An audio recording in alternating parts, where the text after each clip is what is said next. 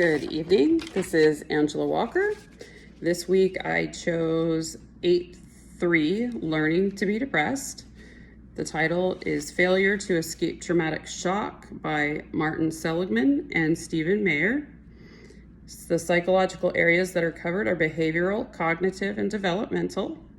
The significance is that learned helplessness is a cornerstone of many important theories and ideas in psychology, and it's the basis for several foundational concepts in positive psychology. Martin proposed that our perceptions of power and control are learned from experience. He believes that when a person's efforts at controlling certain life events fail repeatedly, the person may stop attempting to exercise control altogether.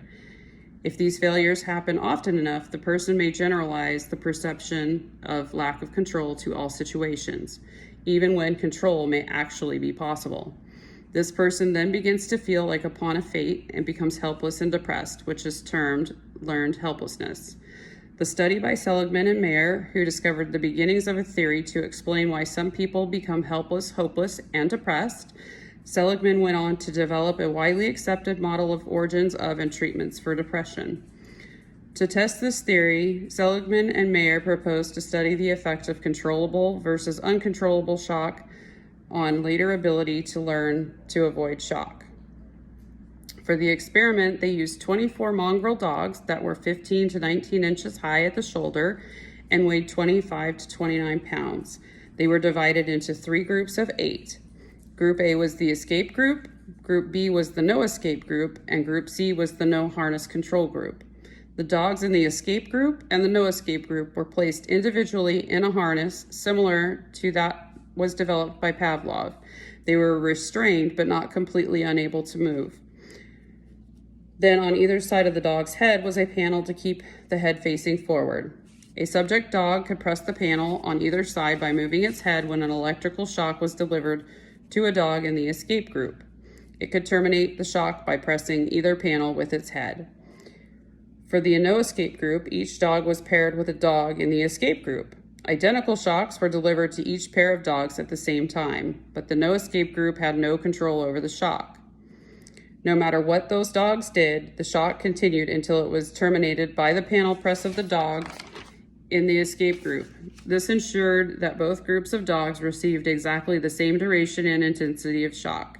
The only difference being the one group had the power to stop it and the other did not. The 8 dogs in the no harness group received no shocks at this stage of the experiment. The subjects in the escape and no escape group received 64 shocks at 90-second intervals.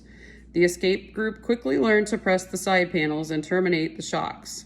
24 hours later, all the dogs were tested in a shuttle box. The shuttle box was a large box with 2 halves divided by a partition. An electrical current could be activated in the floor on either side of the box. Lights were attached on both sides of the box. When the lights were turned off on one side, an electric current would pass through the floor of the box for 10 seconds. If the dog jumped the barrier within the 10 seconds, it escaped the shock completely. If not, it would continue to feel the shock until it jumped over the barrier or until 60 seconds of shock passed, at which time the shock was discontinued. Each dog was given 10 trials in the shuttle box. Learning was measured by how much time it took, an average from the time the light in the box went out until the dog jumped the barrier, and the percentage of dogs in each group that failed entirely to learn to escape the shocks. Also, the dogs in the no escape group received 10 additional trials in the shuttle box 7 days later to assess the lasting effects of the experimental treatment. In the escape group, the time it took for the dogs to press the panel and stop the shock quickly decreased over the 64 shocks. In the no escape group, panel pressing stopped after 30 trials. The difference on the time until escape was significant between the no escape group and the other 2 groups, but a small difference between the escape group and the no harness group. In trying to jump over the barrier, the difference between the escape and no escape was also highly significant. In the no escape group, 6 failed entirely to escape on either 9 or all 10 trials. Those 6 dogs were tested again in the shuttle box 7 days later. This time, 5 of the 6 dogs failed to escape on every trial. What was omitted from this article with further research that I had done was that Seligman's hypothesis, the dogs don't try to escape because they expect that nothing they do will stop the shock. To change this expectation, experimenters physically picked up the dogs and moved their legs, replicating the actions the dog would need to take in order to escape from the electrified grid. This was done for the dogs in the no escape group. This procedure had to be done at least twice before the dogs would willingly jump over the barrier on their own. In contrast, threats, rewards, and observed demonstrations had no effect on the no escape group. Well, I was excited when I first began reading how your expectations cause you to behave in ways that will produce desirable consequences and to avoid behaviors that will lead to undesirable consequences. And that perceptions of power and control are crucial for psychological and physical health. If you suddenly found that you no longer had the power or control to make changes in your life, you would feel helpless and hopeless, and you would give up trying altogether. You would become depressed. And then I kept reading, and not only did I get depressed, I found myself angry. The pros to this repugnant experiment is it did show that learned helplessness is not an innate trait. No one is born believing that they have no control over what happens to them. It is a learned behavior conditioned through experiences in which the subject either truly has no control over their circumstances or simply perceives that they have no control. Seligman went on to develop a widely accepted model of origins of and treatments for depression. And where to begin with the cons? The use of the dogs. Dogs are very different from humans. Dogs don't critically think like humans when placed in traumatic situations. As I found in the article, I actually read the article that the experimenters actually had to pick up the dogs and their paws to get them to learn how to jump over the barrier. Dogs are trained that way. So dogs don't cognitively think like we do in these situations. Super smart dogs have the ability to learn 250 words. So dogs have a mental ability roughly equivalent to a human toddler age of 2. The use of electricity in the form of harm rather than used as a behavioral training. With that, we have electronic collars. We call them e-collars to train dogs for behavior. They get the shock worn around their neck, and if they don't follow the command, they get the shock, and it's trainable. And if you have the right trainer training you, you get to use this shock collar first. So you get to understand what it feels like for the dog.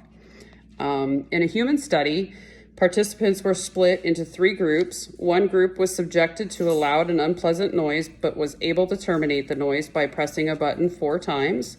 The second group was subjected to the same noise, but the button wasn't functional. And the third group was subjected to no noise. Later, all human participants were subjected to a loud noise and given a box with a lever, which when manipulated would turn off the sound.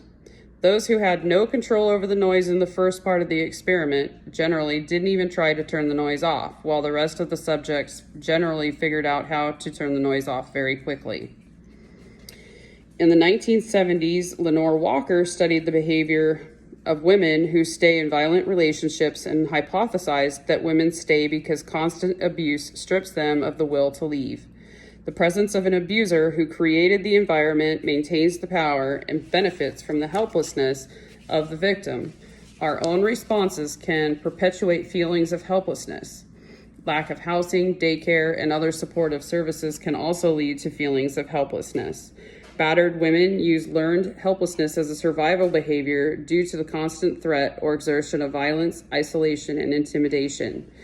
The value of this study on the inhumane treatment of the dogs does shed light into behaviors such as giving up, lack of motivation, depression due to lack of power and control.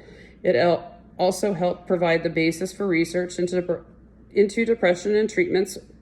Without this study, it would be questionable if theories followed by learned helplessness would exist and where psychology would stand today in helping those with this disability, depression, and battered women syndrome. My mother always told me to fight for the things that I can change. This was a very hard experiment to read. I had to stop reading quite a few times because I got very angry. So I hope you enjoyed this. I hope you all have a great week. I look forward to seeing your presentations. Have a great evening.